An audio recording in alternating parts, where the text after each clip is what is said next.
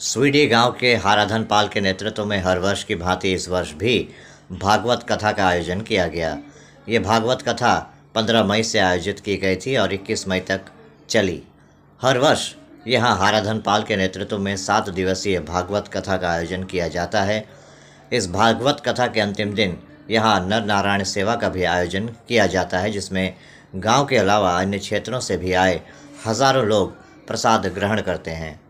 भागवत कथा के 7 दिन अन्य क्षेत्रों से भी श्रद्धालु आए और इस कथा को सुना।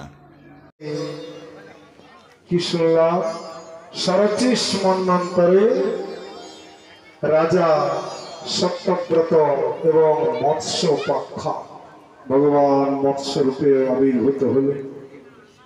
तारपर आमरा ऋचिक ऋषि कौशिकी वंशे गाधी राजार कन्या सत्यवती के विवाह, जो सत्यवती परवर्ती काले कौशिकी नदी नामे ख्यात। जो कौशिकी नदी भारतवर्षे रयेछे तिनि हलेन सत्यवती, जार साथे ऋचिक ऋषि विवाह हयेछे।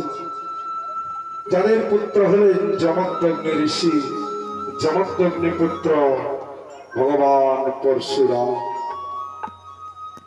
शशुरेर बाड़ीते जन्म निलेन के भगवान विश्वामित्र। एरपर आमरा श्रवण करलाम रामचंद्रेर जीवन। रामचंद्रेर पर